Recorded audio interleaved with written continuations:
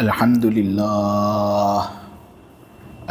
لله نحمده ونستعينه ونستغفره ونؤمن به ونتوكل عليه ونعوذ بالله من شرور أنفسنا ومن سيئات أعمالنا من يهده الله فلا مضل له ومن يضلله فلا هادي له ونشهد أن لا إله إلا الله وحده لا شريك له ونشهد أن سيدنا ومولانا وحبيبنا محمدا عبده ورسوله الحمد لله وكفى والصلاة والسلام على رسوله المصطفى وعلى عباده الذين ارتضى ومن بهداهم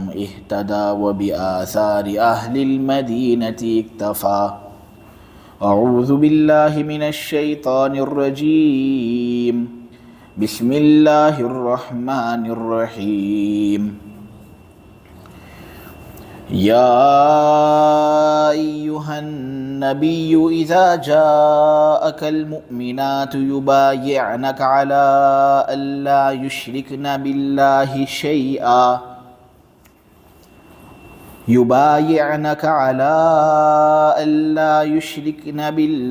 شيئا ولا يسرقن ولا يزنين ولا يقتلن أولادهن ولا يأتين ببهتان يفترينه بين أيديهن وأرجلهن ولا يعصينك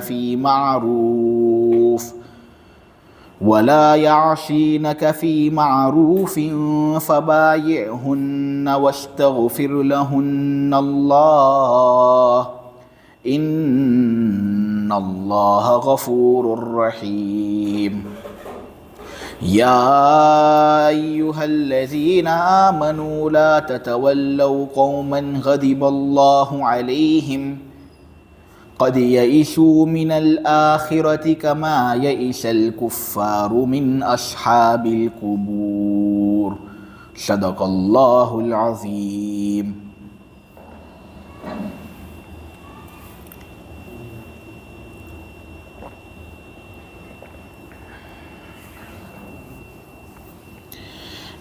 اے نبی، جب تمہارے پاس ایمان رکھنے والی عورتیں آئیں اس سے تاکہ وہ تمہارے ہاتھ پر بیعت ہو جائیں،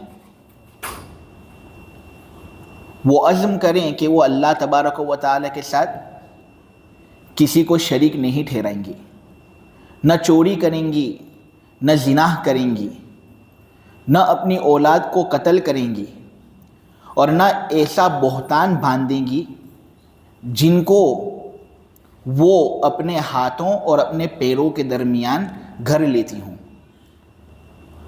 یہ بھی عزم کرتی ہوں وہ کہ وہ کسی بھلے معاملے میں آپ کی نافرمانی نہیں کریں گی، تو آپ ان کو بیعت کر لو، اللہ سے ان کے سلسلے میں معافی مانگو، یقیناً اللہ تبارک و تعالی بڑا بخشنے والا، ایمان والوں پر بالخصوص بڑا مہربان ہے۔ اے ایمان والو، ایسی قوم سے دوستی مت کرو جس پر اللہ کا غضب ہے۔ یہ لوگ آخرت سے ایسے ہی مایوس ہو چکے ہیں جیسے کفار ان لوگوں سے مایوس ہو چکے ہیں جو قبروں کے اندر مدفون ہیں۔ میرے عزیزو، آج آپ لوگوں کے سامنے سورہ ممتحنہ کی آخری 2 آیتوں کی تفسیر کرنی ہے، آیت نمبر 12 اور آیت نمبر 13۔ جو لوگ سورہ ممتحنہ کے جو شروع والی تفاسیر تھیں ان کے اندر حاضر تھے، ان کو معلوم ہے یہ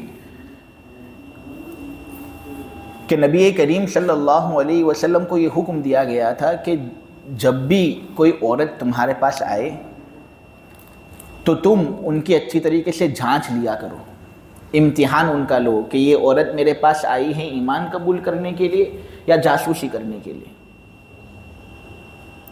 ایمان قبول کرنے کے لیے آئی ہے تو ہم اس کو ہماری جگہ پر برقرار رکھیں گے، لیکن اگر وہ جاسوسی کرنے کے لیے آئی ہے تو ہم پھر اس کو رفع دفع کر دیں گے۔ اسی وجہ سے تو اس سورت کا نام سورہ ممتحنہ رکھا گیا، کیونکہ اس کے اندر امتحان کا تذکرہ ہے۔ تو حضور کو پہلے یہ حکم دیا گیا تھا کہ جب بھی کوئی عورت آپ کے پاس آئے تو آپ اس کی اچھی طریقے سے جانچ لیا کرو۔ اب ان آخری دو آیتوں کے اندر پہلی آیت میں یہ تفسیر بیان کی گئی ہے کہ اس امتحان لینے کا طریقہ اور اس جانچ کا طریقہ کیا ہے۔ تو حضور کو یہ بات بتائی گئی ہے کہ دیکھو وہ عورتیں آئے تو تم ان سے چند باتیں کرو کہ دیکھو ان گناہوں سے تم کو روکنا ہے، تم اس کے لیے تیار ہو؟ تو اگر وہ تیار ہیں اور وہ اس کا اقرار کرتی ہیں کہ ہم یہ سب کام کریں گے، گناہوں سے ہم ہماری ذاتوں کو بچائیں گے، تو پھر اس کا مطلب یہ ہے کہ وہ ایمان والی عورتیں ہیں، تم ان کو اپنی جگہ پر برقرار رکھو۔ لیکن اگر وہ ان باتوں پر نکیر فرماتی ہیں، روح گردانی کرتی ہیں، اعتراض کرتی ہیں اور کہتی ہے کہ ہم ان سب چیزوں کو قبول نہیں کریں گے، ہم ان شرائط پر عمل پیرا نہیں ہوں گی، تو پھر تم بھی ان کو رفع دفع کر دو، یہ ایمان والی عورتیں نہیں ہیں بلکہ ان کا کوئی اور مقصد ظاہر ہوتا ہے۔ تو پہلے جانچنے کا حکم بیان ہوا تھا، اس آیت کے اندر جانچنے کا طریقہ بیان کیا گیا ہے، تو یہ آیتوں کے درمیان مناسبت تھی۔ نبی کریم صلی اللہ علیہ وسلم بیعت مردوں کی بھی لیا کرتے تھے اور عورتوں کی بھی لیا کرتے تھے۔ احادیث کے اندر اس کا ثبوت ہے اور کئی مرتبہ اس کا ثبوت ہوا ہے۔ مردوں کے لیے الگ بیعت کی مجلسیں لگا کرتی تھی، عورتوں کے لیے الگ۔ نبی کریم صلی اللہ علیہ وسلم مردوں سے جب بیعت لیتے تھے نا تو ان کا ہاتھ لیتے تھے اور اس کو پکڑتے تھے، ہاتھ چھوتے تھے، کیونکہ اس کے اندر کوئی کراہت نہیں اور اس کے اندر ایک کنیکشن فیل کرنا مقصود ہوتا ہے۔ کیونکہ جب آدمی ایک دوسرے آدمی کے ساتھ اپنا ہاتھ ملا لیتا ہے تو وہ دراصل اس بات کا اظہار کر رہا ہوتا ہے کہ میں جو کہی گئی باتیں ہیں نا اس پر مکمل تیار ہوں، مستعد ہوں، اس میں میری جانب سے کوئی خلاف ورزی نہیں ہوگی۔ اسی لیے تو جب سودا وغیرہ ہوتا ہے، بڑے سودے ہوتے ہیں، تو پارٹنر کے ساتھ ہاتھ ملایا جاتا ہے کہ بات پکی، رشتہ وغیرہ طے ہوتا ہے تو ہاتھ ملایا جاتا ہے کہ بات پکی۔ تو اسی طرح بیعت جب نبی کریم صلی اللہ علیہ وسلم مردوں کے لیا کرتے تھے نا تو ہاتھ لیتے تھے، چھوتے تھے، یہ بات بتانے کے لیے کہ اب ان سب گناہ کرنے نہیں ہیں، جو بات بیعت کے اندر ہوئی، جو شرائط طے ہوئے ان کی خلاف ورزی کرنی نہیں ہے، بات پکی، تو اس طرح بات پکی کرتے تھے۔ لیکن عورتیں جب نبی کریم صلی اللہ علیہ وسلم کے پاس حاضری دیتی تھی اور ان سے جب نبی کریم صلی اللہ علیہ وسلم بیعت لیتے تھے تو ہاتھ نبی کریم صلی اللہ علیہ وسلم نے کبھی بھی کسی اجنبی عورت کا چھویا نہیں ہے۔ حضرت عائشہ رضی اللہ تعالی عنہ کی روایت ہے کہ حضور مردوں کا تو ہاتھ لیتے تھے اور اس کو چھوتے تھے، لیکن کبھی بھی کسی پرائے عورت اور اجنبی عورت کا ہاتھ حضور نے چھویا نہیں۔ عورتیں آتی بھی تھی اور نادانی کے اندر اپنا ہاتھ آگے بڑھاتی تھی بھی تھی، تو حضور کبھی بھی ہاتھ لیتے نہیں تھے اور کہتے تھے کہ زبانی گفتگو کافی ہے، زبانی عزم کافی ہے، ہاتھ ملانے کی کوئی ضرورت نہیں۔ اس سے میرے عزیزو یہ بات معلوم ہوئی کہ جب بھی کسی موقع محل کے اندر کسی عورت کے ساتھ ہاتھ مصافحہ کرنے کی نوبت آئے تو ہمیں ہاتھ مصافحہ نہیں کرنا، یہ اجنبی عورت کے ساتھ ایک طرح کا تعلق قائم کرنا ہے اور اس سے ہماری شریعت نے ہم کو منع کیا۔ اس لیے اگر کسی جگہ مجبوری بھی ہو تو آدمی سینے پر اپنا ہاتھ رکھ لے اور اس طرح سامنے والے کو بتا دے کہ ہم تمہاری عزت کرتے ہیں، لیکن کبھی بھی اس کا ہاتھ نہ چھوئے۔ ہاتھ چھونے کی ممانعت ہے، حضور نے کبھی بھی کسی عورت کا ہاتھ چھویا نہیں، بیعت لینے کے لیے بھی چھویا نہیں۔ آگے نبی کریم صلی اللہ علیہ وسلم نے جن باتوں کی شرطیں بیعت کے اندر لگائی ہیں نا تو آپ کو اندازہ آئے گا کہ حضور نے منع کیا ہے شرک کرنے سے، حضور نے منع کیا ہے زنا کرنے سے، حضور نے منع کیا ہے چوری کرنے سے، بہتان باندھنے سے، تو یہ سب گناہ کے کام ہیں۔ حضور نے گناہ چھوڑنے کو نیکیوں کو کرنے پر زیادہ ترجیح دی ہے۔ حضور اگر بیعت لینا چاہتے تو حضور نیکیوں کو کرنے کی بھی بہت زیادہ شرطیں لگا سکتے تھے کہ بھائی نماز پڑھنا، زکوٰۃ ادا کرنا، یہ کرنا، یہ کرنا، یہ کرنا، لیکن یہ کرنے سے زیادہ نہ کرنے کی باتیں حضور نے زیادہ بتائی ہیں کہ دیکھو گناہوں سے بچنا۔ معلوم ہوا کہ نیکیوں کو کرنے سے زیادہ گناہوں سے بچنا اہم ہے۔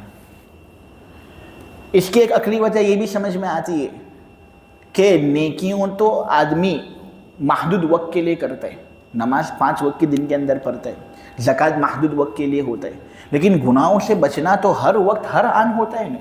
اس لیے ان آیتوں سے یہ بات معلوم ہوئی کہ گناہوں سے بچنا نیکیوں کو کرنے کے مقابلے میں زیادہ راجح ہے، لہٰذا آدمی اپنے آپ کی حفاظت کرے اور گناہوں سے اپنے آپ کو محفوظ رکھے۔ یہ جو بیعت ایک پیر مرید سے لیتا ہے، اس کے بارے میں اگر ہم دیکھیں تو 3 نظریے ہندوستان کے اندر معروف اور مشہور ہیں۔ پہلا نظریہ، یہ غیر مقلد لوگ جو ہیں، سلفی لوگ، مودودی لوگ، یہ نظریہ یہ قائم کرتے ہیں کہ جو پیری مریدی کا تعلق ہے کہ ایک آدمی پیر بن جاتا ہے اور پھر اس کے مرید آتے ہیں، ہاتھ پر ہاتھ رکھتے ہیں، بیعت کرتے ہیں، نیکیاں ساتھ میں کرتے ہیں، تو یہ بے اصل ہے۔ اس کا ثبوت قرآن حدیث سے نہیں، بلکہ مودودی صاحب نے تو اپنی کسی کتاب کے اندر یہ بات کہی ہے کہ یہ جو طریقہ پیری مریدی کا ہے نا، یہ تو امت کے لیے افیون ہے، یعنی ایک طرح کا گانجا اور ڈرگ ہے، یعنی ایسی بے اصل بات انہوں نے کہی تھی۔ حالانکہ آپ دیکھیں کہ قرآن کے اندر اس کا تذکرہ ہے۔ اسی طرح عبادہ ابن صامت کی روایت ہے، بخاری مسلم دونوں کے اندر وہ روایت ہے، بالکل صحیح روایت ہے، اس کے اندر بھی بیعت کا تذکرہ ہے، بیعت سلوک، بیعت توبہ، اس کے اندر بھی یہی سب باتیں تھیں۔ اور اس کے اندر کون سی کھوٹی بات ہے کہ اس پر اتنا زیادہ اعتراض کہ دونوں مل کر گناہ کے کام تو تھوڑی کرتے ہیں؟ کیا گناہ کے کام کرتے ہیں؟ دونوں مل کر نیکی کا کام کرتے ہیں، ایک دوسرے کو رغبت دلاتے ہیں، لہٰذا بے اصل کہنا یہ بہت بے مناسب بات ہے اور انصاف کے بہت خلاف ہے۔ دوسرا نظریہ بریلوی لوگوں کا ہے، سنی لوگ۔ عجیب و غریب نظریہ ہے کہ یہ لوگ پیری مریدی کو بالکل ضروری سمجھتے ہیں اور کہتے ہیں کہ جس کا کوئی پیر نہیں اس کا پیر شیطان ہوتا ہے، جس کا کوئی پیر نہیں اس کا پیر شیطان ہوتا ہے، یعنی پیری مریدی کا تعلق قائم کرنا ضروری، اس کے بغیر نجات نہیں۔ حالانکہ یہ کوئی ضروری نہیں ہے، آدمی اگر کرے گا تو فائدے اس کو ملیں گے، لیکن یہ کرنا ضروری ہو تو ایسی کوئی بات نہیں۔ اور بریلوی لوگ بعض مرتبہ اپنے بیانوں کے اندر تو اتنی غلط باتیں کہتے ہیں، وہ یہ کہتے ہیں کہ گونگے پیر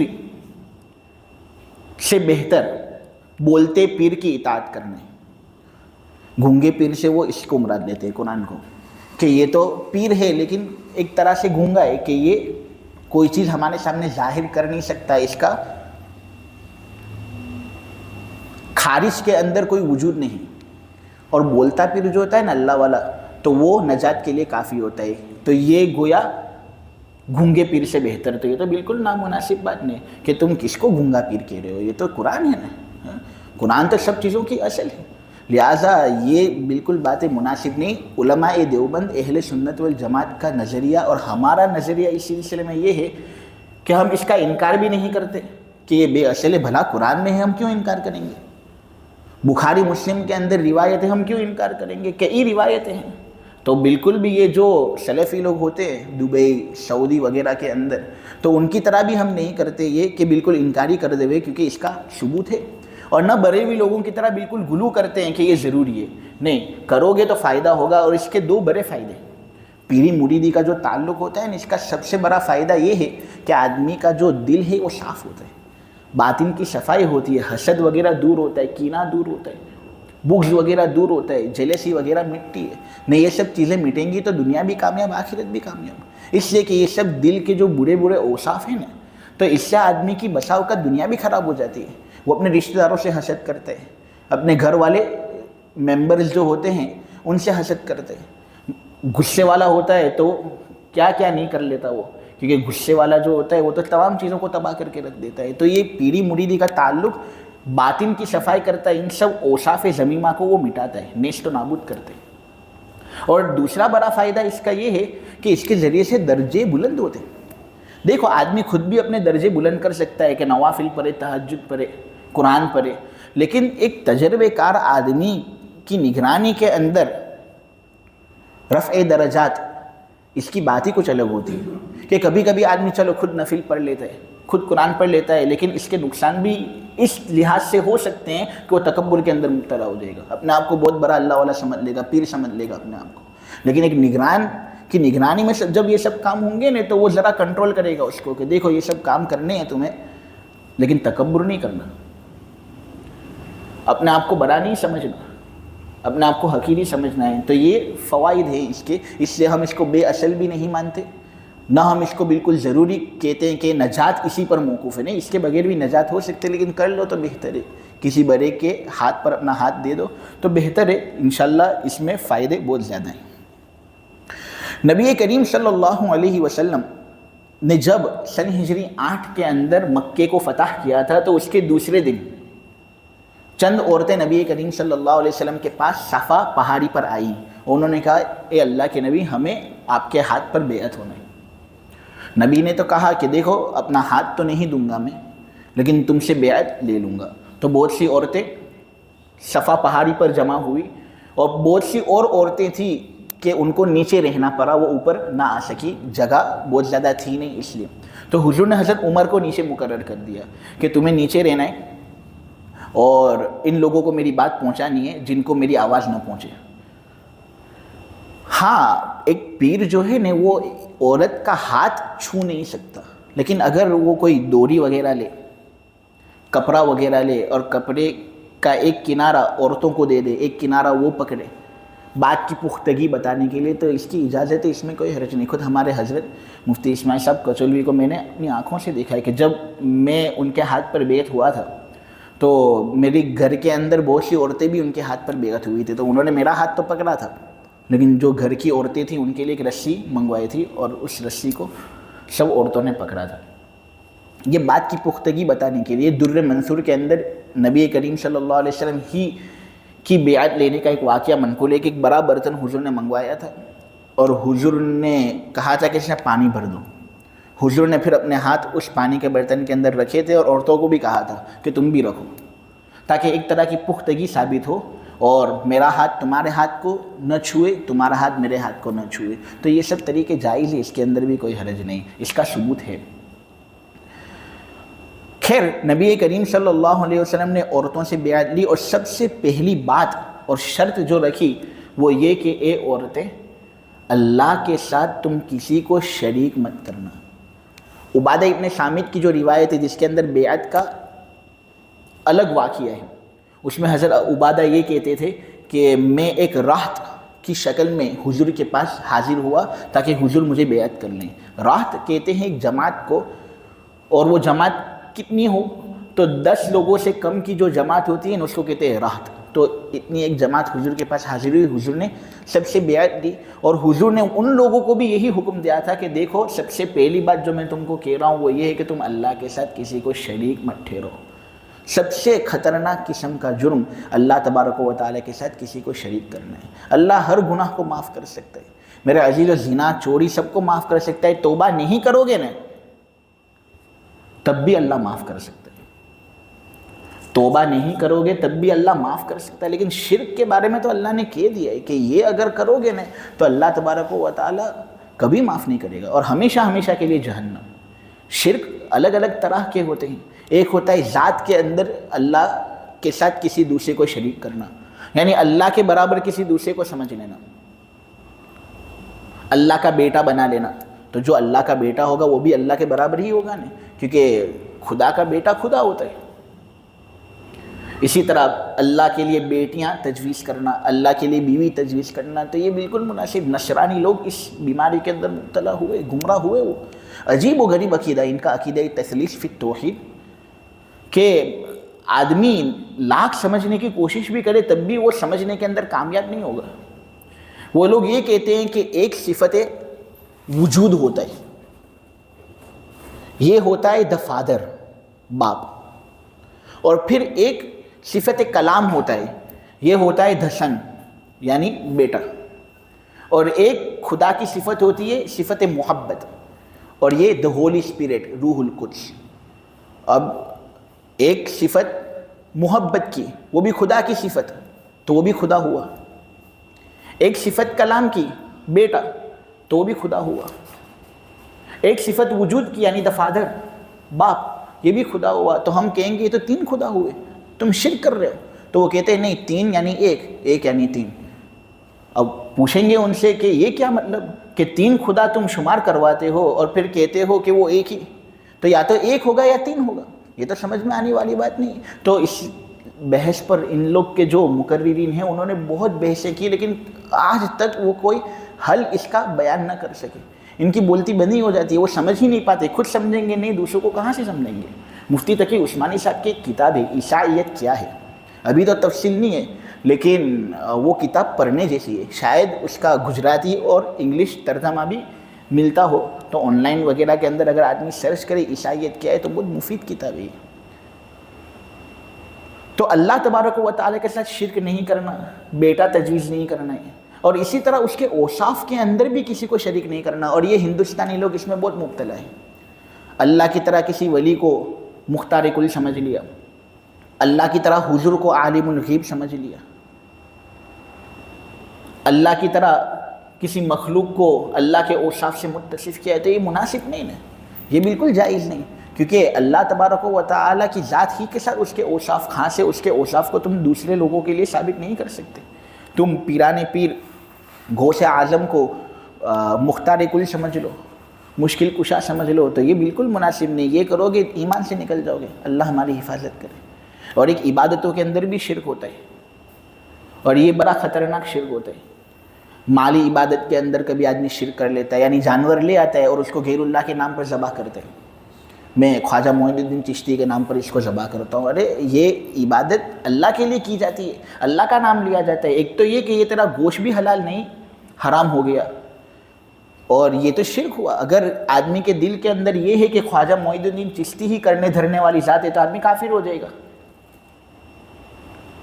بدنی عبادتوں کے اندر شرک، کسی کے سامنے سجدہ کر لیا، کوئی بڑا ہے اس کے سامنے سجدہ کر لیا. تو سجدہ تو اللہ کے لیے کی جاتی ہے.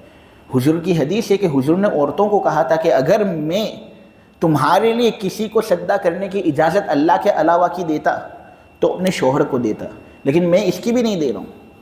تو پھر دوسرے لوگوں کے سامنے سجدہ کرنا ہے تو مناسب نہیں ہے. تو اللہ کے لیے کی جانے والی عبادت ہے. قولی عبادت کے اندر شرک، غیر اللہ کے لیے غیر اللہ کے سامنے دعا مانگی جاتی ہے. یعنی کوئی مصیبت پہنچتی ہے تو زبان سے کسی پیر کا نام نکلتا ہے، زبان سے غیر اللہ کا نام نکلتا ہے، مخلوق کا نام نکلتا ہے. تو یہ بھی مناسب نہیں. کوئی بھی مصیبت ہو تو تم اللہ کو پکارو. وَإِذَا سَأَلَكَ عِبَادِي عَنِّي فَإِنِّي قَرِيبٌ. اے میرے بندو، جب تم مجھے پکارتے ہو تو میں تمہارے قریب ہوتا ہوں. تمہاری شہ رگ سے زیادہ تمہارے قریب لیتا ہوں. خود تمہارے بدن تمہاری روح سے اتنے قریب نہیں ہوگے جتنا قریب میں تمہاری روح سے ہوں. تو کیوں میرے علاوہ کسی دوسرے کو پکارتے ہو؟ یہ بھی مناسب نہیں. ہاں، اور دل کے اعتبار سے بھی کبھی کبھی ہم شرک کر لیتے ہیں. اللہ ہماری حفاظت کرے. اگر مخلوق اور غیر اللہ کی تعظیم ہمارے دل کے اندر اتنی زیادہ ہو کہ وہ ہمیں ما فوق الاسباب ضرر یا نقصان پہنچا سکیں گے تو یہ بھی شرک ہے. یعنی مثلا میں آپ لوگوں کو ایک مثال دوں کہ آدمی اپنے سیٹ سے اتنا زیادہ ڈرتا ہے، اتنا زیادہ ڈرتا ہے، اتنا زیادہ ڈرتا ہے کہ اس کو یہ لگتا ہے کہ ما فوق الاسباب، کسی سبب کے بغیر وہ مجھے نقصان پہنچا دے گا. تو یہ شرک ہے. تو کیا اس کو اللہ سمجھتے ہے؟ تو پھر اتنا ڈر گئے کو کسی ولی اور پیر کی اتنی زیادہ عظمت کہ ما فوق الاسباب، اس کے بارے میں یہ خیال کہ یہ مجھے نفع ما فوق الاسباب پہنچائے گا، کسی سبب کے بغیر مجھے نفع پہنچائیں گے، دیکھ لیں گے نا تو نفع ہو جائے گا. ارے یہ کیسی بات ہے؟ تو یہ تو خدا کی صفت ہے نا، تم خدا بنا رہے ہو اس کو. یہ تو مناسب، وہ خدا کا بندہ ہے. ہاں، عظمت کرو گے تو اللہ فائدہ پہنچائے گا، وہ پیر کوئی فائدہ نہیں پہنچائے گا. اور اگر اس کا نقصان کرو گے تو اللہ تمہارا نقصان کرے گا، وہ کچھ نقصان نہیں کر سکتا. آپ کو میری بات سمجھ میں آ رہی ہے؟ تو شرک سے ہم ہماری ذاتوں کو محفوظ رکھیں، ہر طرح کی شرک سے ہم بچیں. خصوصاً یہ ہندوانہ رواج جو ہمارے دیش کے اندر چل پڑا ہے نا، ان کی وجہ سے ہم بھی بہت سے شرک کر لیتے. تو اس سے ہم ہماری حفاظت کریں. پھر دوسرا گناہ جو نبی کریم صلی اللہ علیہ وسلم نے یہاں پر ذکر کیا اور عورتوں کو تاکید دی کہ تم اس سے بچو، وہ ہے چوری. مرد چوری کرتے ہیں لیکن عورتیں اس برے فعل میں مردوں سے زیادہ آگے ہیں. بہت سے گناہ ایسے ہوتے ہیں جس میں مرد آگے ہوتے ہیں. یہ قتل و قتال والا گناہ، مارنے دھارنے والا گناہ، اس میں مرد زیادہ ہوتے ہیں، لیکن بہت سے گناہ ایسے ہوتے ہیں جس میں عورتوں زیادہ ہوتی ہے۔ مال کے اندر خیانت بہت کرتی ہیں، یہ چوری بھی بہت زیادہ ان سے ہوتی ہے، تو عورتوں کو خصوصی توجہ دی گئی کہ چوری مت کرنا تم۔ اتنے میں حضور جب یہ بات کہہ رہے تھے نا اور سب سے بیعت لے رہے تھے نا، تو حضرت ہند بنت عتبہ ابن ربیعہ، وہ جنہوں نے نبی کریم صلی اللہ علیہ وسلم کے چچا کے کلیجے کو چبایا تھا، حضرت حمزہ کے کلیجے کو چبایا تھا، وہ ایمان لے آئی، اللہ نے ان کو ہدایت دی، تو یہ حضور سے بہت ڈر رہی تھی، کیونکہ میں نے جب اتنی بری حرکت کی ہے تو میں حضور کے سامنے کس طرح ہوں۔ خیر اسلام کی وجہ سے اگرچہ میری معافی ہو گئی، لیکن ابھی بھی ڈر لگتا ہے۔ تو مجلس کے ایک کونے کے اندر تھی، اور حضور پاک صلی اللہ علیہ وسلم نے جب یہ بات کہی نا، تو بالکل دبی آواز کے اندر اس نے کہا کہ اے اللہ کے نبی، ایک سوال ہے، وہ یہ ہے کہ آپ نے کہا ہے کہ چوری نہیں کرنی، تو میں پکا وعدہ کرتی ہوں کہ میں چوری نہیں کروں گی، لیکن میرا شوہر ابو سفیان جو ہے نا وہ بڑا بخیل ہے، اتنا خرچہ بھی مجھے دیتا نہیں ہے کہ جس کے ذریعے سے میں گھر چلا سکوں، تو مجھے نے کچھ خرچہ اس سے لینا پڑتا ہے، اس طرح کہ اس کو بھی پتہ نہ چلے، کیونکہ پتہ چل جائے گا تو دے گا نہیں، تو اس سے کبھی کبھی میں اس کا مال اٹھا لیتی ہوں، تو کیا اس کی اجازت ہے؟ نبی کریم صلی اللہ علیہ وسلم نے دیکھا کہ یہ تو ہند سوال کر رہی ہے، اور خدا کا کرنا ایسا تھا کہ اسی مجلس کے اندر ان کے شوہر ابو سفیان بھی تھے، انہوں نے سب سنا کہ اچھا یہ سب کرتی ہے یہ، تو فوراً انہوں نے اپنی بیوی کو بدنامی سے بچانے کے لیے کہا، اے ہند، جو مال تو نے لے لیا اور جو تو لے گی نا سب تیرے لیے حلال ہے، تو فکر مت کر۔ شوہر کبھی کبھی اس طرح بیوی کے عیب وغیرہ چھپا لیتا ہے، تو نبی کریم صلی اللہ علیہ وسلم کو بہت ہنسی آئی، یہ جب حضور نے دیکھا نا تو حضور نے کہا یہ تمہارے لیے جائز ہے، دیکھو خود تمہارے شوہر نے کہہ دیا حلال ہے تو حلال ہے، کوئی حرج نہیں۔ پھر نبی کریم صلی اللہ علیہ وسلم نے یہ کہا کہ اے عورتیں، تمہیں زنا نہیں کرنا، زنا سے اپنے آپ کو بچانا ہے، اللہ نے جس مرد کے ساتھ تمہارا نکاح کرایا ہے اس کے ساتھ تم نکاح کے اندر لگے رہو، لیکن اس کے علاوہ کسی دوسرے مرد پر تمہاری نگاہ ہو یہ بالکل مناسب نہیں۔ اور خود حضور نے مردوں سے بھی اس طرح کی بیعت لی کہ وہ اپنی بیوی پر اکتفا کرے، زنا نہ کرے۔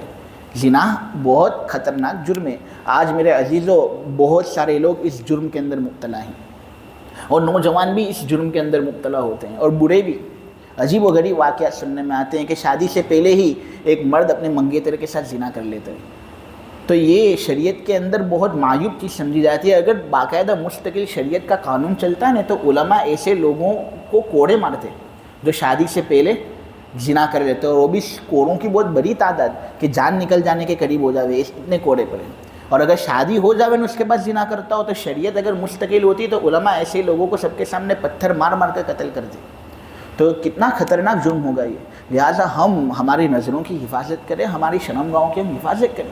بیوی اللہ تبارک و تعالیٰ کی ایک بڑی نعمت ہے، ہم اس پر محدود رہیں۔ دیکھو کھانا ہم کھاتے ہیں نا تو کھانے کے اندر بہت سی چیزیں حلال ہوتی ہے، بہت سی چیزیں حرام ہوتی ہے، کیا ہم سب کچھ کھا لیتے ہیں؟ تو اسی طرح زنا کا معاملہ بھی، جماع تم اپنی بیوی سے کرو حلال، لیکن تم ہر عورت کے ساتھ کرنا چاہو تو یہ بالکل مناسب نہیں، اس کا محل تو جنت ہے۔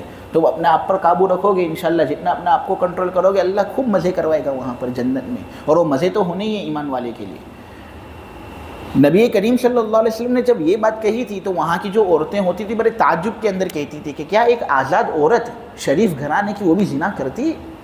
یعنی ان کو بڑا تعجب ہوتا تھا کہ وہ کس طرح زنا کرتی ہے، اور زنا کرنے والی تو کم قسم کی عورتیں ہوتی ہیں، کم درجے کی عورتیں ہوتی ہیں۔ لیکن میرے عزیزو آج ان کے زمانے سے ہمارا زمانہ بالکل الٹا ہو گیا ہے، جتنے اونچے گھرانے کی لڑکیاں ہوتی ہیں، جتنا پیسہ ان کے پاس ہوتا ہے، اتنا زیادہ زنا کے اندر مبتلا ہوتی ہیں۔ اللہ تبارک و تعالیٰ ان کی بھی حفاظت کرے، ہماری بھی حفاظت کرے۔ پھر حضور نے عورتوں کو یہ حکم دیا کہ دیکھو اے عورتیں، تم اپنی اولاد کو قتل مت کرو۔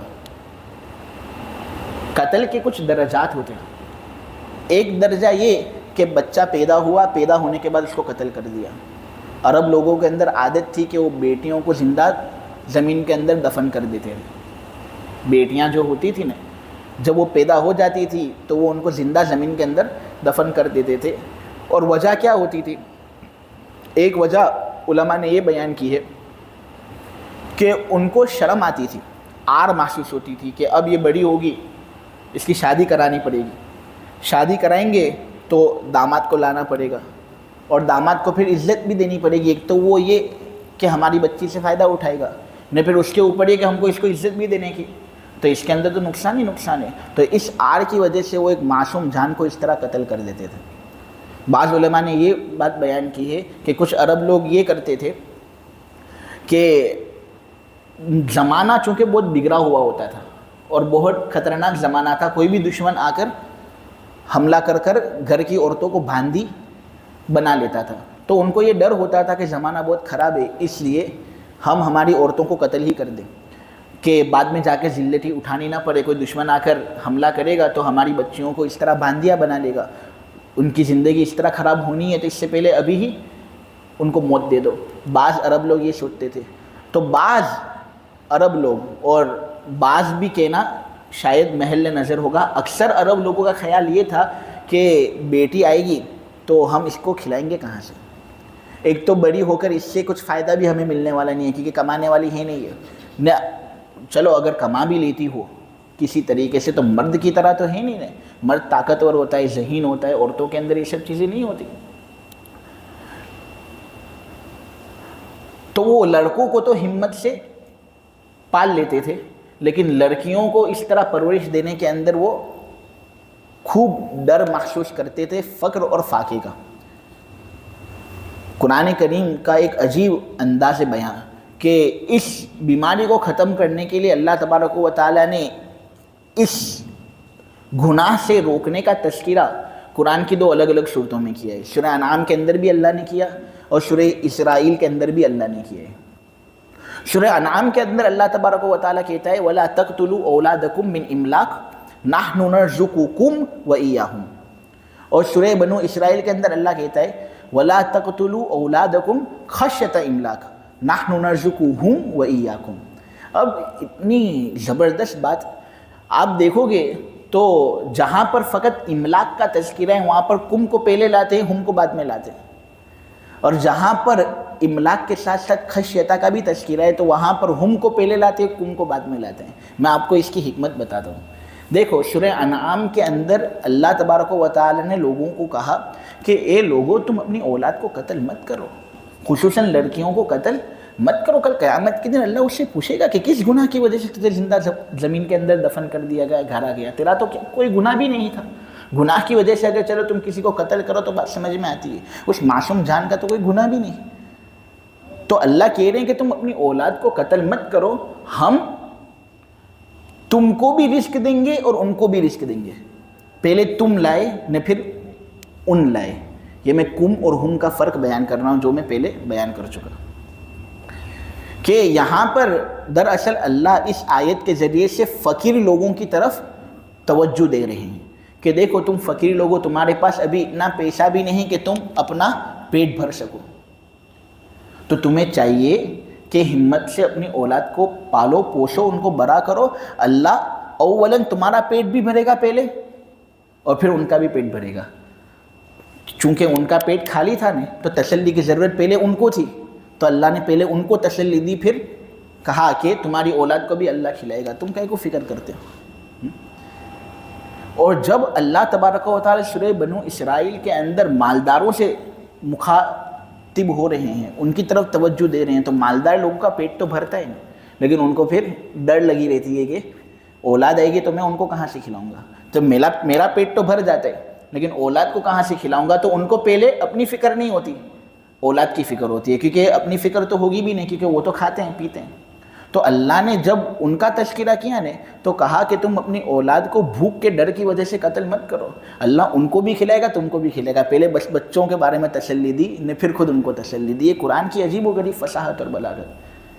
تو آدمی کبھی بھی اپنی اولاد کو قتل نہ کرے. قتل کے درجات تھے، جیسے کہ میں یہ بات آپ لوگوں کے سامنے بیان کر رہا تھا کہ ایک تو یہ کہ پیدا ہونے کے بعد تم اس کو قتل کر دو، یہ بالکل مناسب نہیں. اور ایک یہ تھا کہ حمل گرا دو. زمانہ جاہلیت کے اندر بھی یہ بہت زیادہ ہوتا تھا اور ہمارے زمانے کے اندر بھی بہت زیادہ ہوتا ہے. بچے کی جسم کے اندر روح ہو یا نہ ہو، حمل گرانا گناہ ہے. لہٰذا آدمی اس سے اپنا آپ کو بچائے، اس سے کبیرہ گناہ کا تحقق ہوتا ہے اور اللہ تبارک و تعالیٰ اس پر سخت سزا دیتے ہیں. اور ایک طرح سے اولاد کو قتل کرنا ازل کرنا بھی ہے. میرے عزیزو، ہم بسا اوقات ہم بستری کرتے ہیں، ہم بستری کرتے وقت کبھی ہم سیف طریقے سے ہم بستری کرتے ہیں اس طرح کہ ہمارا نطفہ اس کے رحم میں نہ پہنچے. اس کے لیے کبھی ہم وہ جو پلاسٹک اور ربر وغیرہ کا استعمال کرنا ہوتا ہے اس کو استعمال کرتے ہیں. تو کبھی کبھی ہوتا یہ ہے کہ کڑی وغیرہ لگا لیتے ہیں, تو کبھی آپریشن وغیرہ ہوتا ہے. مختلف طریقے ہیں. دیکھو اگر ضرورت کی وجہ سے کر رہے ہو تو کوئی حرج نہیں اس کے اندر, لیکن مسلم شریف کی روایت ہے کہ اس طرح کرنا یہ بھی خفیہ طریقے سے بچے کو قتل کرنا ہی ہے.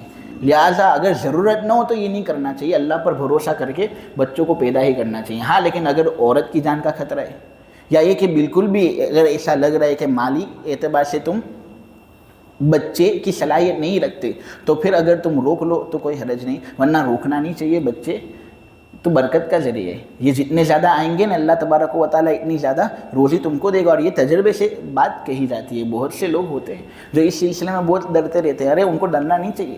بچے جتنے زیادہ گھر کے آنگن کے اندر کھیلیں گے نا اللہ اتنا ہی زیادہ سامنے والی پارٹی کو کھلائے گا.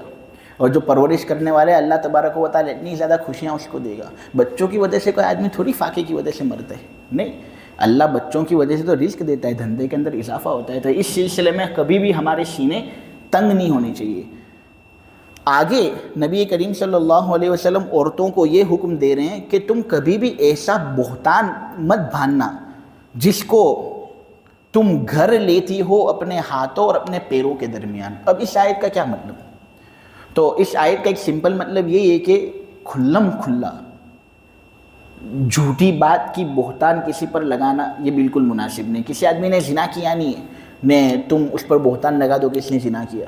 کسی آدمی نے چوری کی نہیں ہے تم اس پر بہتان لگا دو کہ چوری کرتا ہے. یہ الزام لگا لو تو یہ کبیرہ گناہ ہے. اس سے اپنا آپ کو بچاؤ. تم کسی دوسرے آدمی کی عزت لے رہے ہو سکتا ہے اللہ تمہاری عزت لے, تو یہ مناسب نہیں.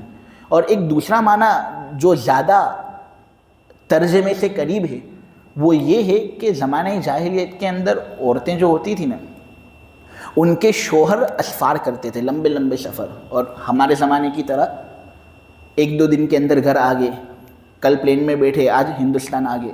تو ایسا نہیں ہوتا تھا, لمبا چوڑا سفر کرنا ہوتا تھا. اور ایک بات میں آپ کو کہہ دوں, اگر دھندا برا کرنا ہونے تو اس کے لیے سفر کرنا بہت ضروری ہے. اگر کوئی آدمی تجارتی لائن کے اعتبار سے خوب کامیاب ہونا چاہتا ہے تو اس کو چاہیے کہ وہ جگہ جگہ سفر کرے, الگ الگ ملکوں کے اندر جائے اور وہاں دیکھ کر وہاں سے مال لے کر آئے. اس کے اندر خود قرآن کے اندر ہے کہ اللہ نے اس میں برکت رکھی ہے. لہٰذا ہم فقط یہاں پر ہی رہے اور یہاں سے ہی سب کچھ کرتے رہے نہیں. آدمی محنت کرے, سفر کرے. اگر اللہ نے استطاعت دی ہو تو ہر جگہ گھومے اور ہر جگہ مال دیکھ کر لے آئے, تو اس میں ایک طرح کی برکت ہوتی ہے. تو اس زمانے میں لوگ دھندا کرتے تھے تو دور دور کا سفر کرتے تھے وہاں سے مال وغیرہ لانے کے لیے. تو اس طرح بہت سے شوہر چلے جاتے تھے اور آتے تھے پھر 1 سال بعد 2 سال بعد. عورتیں کیا کرتی تھی معلوم ہے, ان کو یہ ڈر لگا رہتا تھا کہ اگر ہم سے بچہ پیدا نہیں ہوا نا تو ہمارا شوہر ہم کو طلاق دے دے گا, کیونکہ اس کو تو بچے زیادہ چاہیے. تو اگر ہم بچے پروڈیوس نہیں کر پاتے تو وہ ہمیں طلاق دے دے گا. تو وہ کرتے ایسا تھے کہ کسی دوسرے کا بچہ لے لیتے تھے, اور پھر جب شوہر واپس آتا تھا نا 2 سال بعد 3 سال بعد, تو وہ دیکھتا تھا کہ بچہ کھیل رہے تو پوچھتا تھا کون ہے یہ تمہارا ہی تو ہے. یعنی وہ کسی دوسرے کا بچہ ہوتا تھا لیکن وہ کہتی تھی کہ یہ تمہارا ہے. تو اس سے منع کیا گیا ہے کہ ارے وہ دوسرے کا بچہ ہے, اس کا نسب اس سے جڑتا ہے, اس کو جھوٹے باپ کی طرف منسوب مت کرو, یہ مناسب نہیں. تو دیکھو چونکہ یہ غلط اور جھوٹی بات اپنے پیر اور ہاتھ کے درمیان میں بنا رہی ہے نا, کیونکہ بچہ نکلتا ہے پیروں کے درمیان سے نہ, پھر بچہ نکل جانے کے بعد اس کی تربیت ہوتی ہے دونوں ہاتھوں کے سامنے کہ وہ دودھ پیتا ہے ماں کا. تو اس لیے اللہ تبارک و تعالیٰ نے یہ بات کہی کہ کسی دوسرے کے بچے کو اٹھا لیا اور پھر اس کو اپنے شوہر کی طرف منسوب کر دیا, شوہر کو بھی بیوقوف بنا رہی ہے اور اس طرح یہ چاہتی ہے کہ میرا شوہر میرا ہی رہے. تو یہ بالکل مناسب نہیں, جھوٹ بات ہے. شریعت کے اندر جھوٹی باتیں پسند نہیں. اور بہت سی عورتیں تو ایسا کرتی تھی کہ وہ زنا کر لیتی تھی کسی دوسرے مرد کے ساتھ, پھر بچہ پیدا ہوا, شوہر پوچھے گا بچہ کس کا ہے تو وہ شوہر کی طرف ہی منسوب کر دے کہ یہ تو تمہارا بچہ ہے. تو اس طرح کی عادتیں ابھی بھی ہوتی ہے, پہلے بھی ہوا کرتی تھی. اس بات سے باز رہنے کا حکم نبی کریم صلی اللہ علیہ وسلم نے یہاں پر دیا ہے.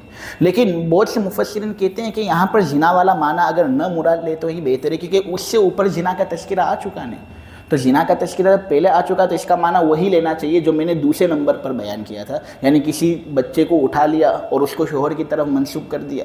تو یہ مناسب نہیں, یہ کبیرہ گناہ ہے, اس سے حفاظت بہت ضروری ہے۔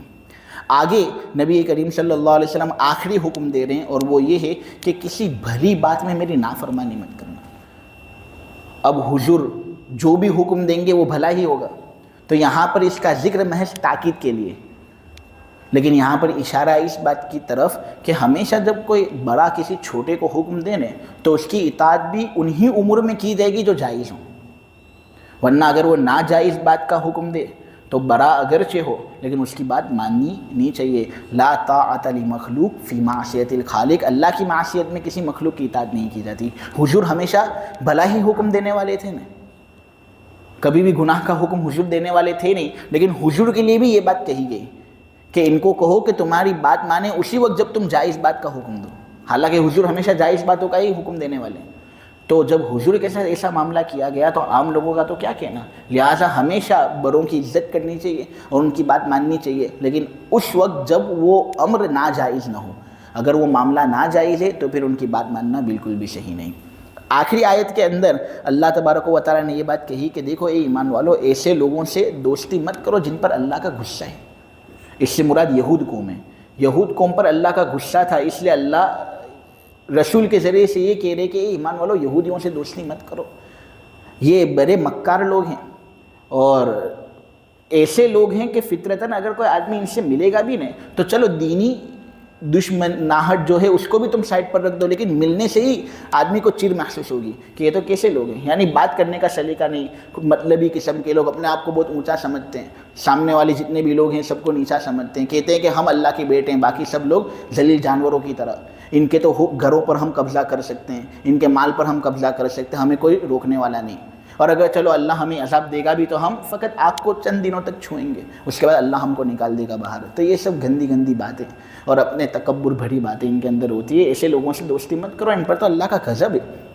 یہ لوگ آخرت سے ایسے ہی مایوس ہو چکے ہیں جس طرح کفار قبر والوں سے مایوس ہو چکے ہیں۔ اس کا ایک مطلب یہ کہ دیکھو کفار جب ان کا کوئی رشتہ دار مر جاتا ہے اور قبر کے اندر مدفون ہوتا ہے تو وہ مایوس ہو جاتے ہیں اس سے کہ اب ہم اس کو ذرہ برابر کوئی نفع نہیں پہنچا سکتے۔ ایمان والا تو اپنے رشتہ داروں کو نفع پہنچا سکتا ہے نہیں ایصال ثواب کے ذریعے سے، لیکن کفار تو مایوس ہی ہوں گے۔ تو جس طرح کفار مایوس ہیں نا، اس طرح یہود لوگ بھی آخرت سے مایوس ہو چکے ہیں، یعنی آخرت کے اندر ان کا کوئی بھلا ہونے والا نہیں۔ دنیا کے اندر جتنے بھی کود لے ہوئے نے، جتنے بھی ظلم کر لے ہوئے، بچوں کو قتل کر لے ہوئے، لیکن آخرت کے اندر رسوائی رسوائی، بلکہ دنیا کے اندر بھی ظلم کریں گے نا تو اللہ دنیا کے اندر بھی ان کو دے گا بدلہ۔ کیونکہ شیخ سعدی کا ایک مشہور مقول ہے کہ میں نے دنیا کا سفر کیا ہے لیکن 2 لوگوں سے ملنے میں ناکام رہا ہوں۔ دنیا کا سفر میں نے کیا ہے لیکن 2 لوگوں سے ملنے کے سلسلے میں ناکام رہا ہوں۔ ایک وہ جو اللہ کے راستے میں دیتا ہے اور غریب ہو جاتا ہے، میں نے ایسے آدمی سے ملاقات نہیں کی، کیونکہ جو بھی اللہ کے راستے میں دیتا ہے نا وہ غریب ہوتا ہی نہیں۔ اور دوسرا آدمی وہ جو ظلم کرتا ہو اور اللہ کی پکڑ سے بچ جاتا ہو، نہیں جو ظلم کرے گا اس پر اللہ کی پکڑ آئے گی۔ اب دیکھو یہودی لوگوں نے ظلم کیا تو آج ایران ان کے سر پر کھڑا ہوا ہے، حالانکہ ایران کے ساتھ بھی ہمارے عقائد متفق نہیں ہیں، ہم ان کے ساتھ بالکل بھی عقیدے کے اعتبار سے اتفاق نہیں رکھتے، لیکن ہاں فلسطینیوں کی چونکہ مدد ہو رہی ہے اس لیے ہم ان کا ساتھ دیں گے، ان کی معاونت کریں گے، ان کے لیے دعا کریں گے کہ اللہ ان کو فتح دے۔ لیکن اسرائیل دیکھو ظلم کر رہا تھا تو ایران نے جب 2-3 بوم چھوڑے تو اب جنگ سے یہ پیچھے ہٹ گیا اور امریکہ بھی پیچھے ہٹ گیا۔ آج ایران مائک وغیرہ کے اندر اعلان بھی کر رہا ہے کہ ہمیں فتح ہو گئی، ہم نے دونوں طاقتوں کو دور کر دیا، تو واقعتاً اس کو حق ہے اس بات کا۔ خود امریکہ کے اندر اس کے پوسٹر وغیرہ لگائے جا رہے ہیں، اتنی ذلتی۔ تو یہ جب معصوم بچوں کو قتل کرو گے نا، بیویوں کو قتل کرو گے، عورتوں پر ہاتھ اٹھاؤ گے نا، تو اتنی ذلتی ہوگی، اور یہ تو شروعات ہے، اصل ذلتی تو آخرت کی ذلتی ہے۔ یہ لوگ آخرت سے اتنے زیادہ مایوس ہو چکے ہیں جتنے زیادہ کفار اصحاب قبور سے مایوس ہو چکے ہیں۔ ایک معنی اس کا یہ بھی مفسرین نے بیان کیا ہے کہ یہاں پر من اصحاب القبور یہ صفت ہے کفار کی، یعنی یہاں پر کفار ہی قبر والے ہیں، یعنی جس طرح کفار جب قبر کے اندر چلے جاتے ہیں تو مایوس ہو جاتے ہیں نا کہ اب ہم نے تو کوئی خیر کا عمل کیا نہیں، یہود لوگ آخرت سے اسی طرح مایوس ہیں۔ اللہ تبارک و تعالی یہودیوں سے ہماری حفاظت کرے، مشرک لوگوں سے ہماری حفاظت کرے، اور یہ جو گناہ کے کام حضور پاک صلی اللہ علیہ وسلم نے ذکر فرمائے نے، اللہ ان گناہوں سے ہماری مکمل حفاظت فرمائے۔ وصلی اللہ تعالی علی خیر خلقہ محمد وعلی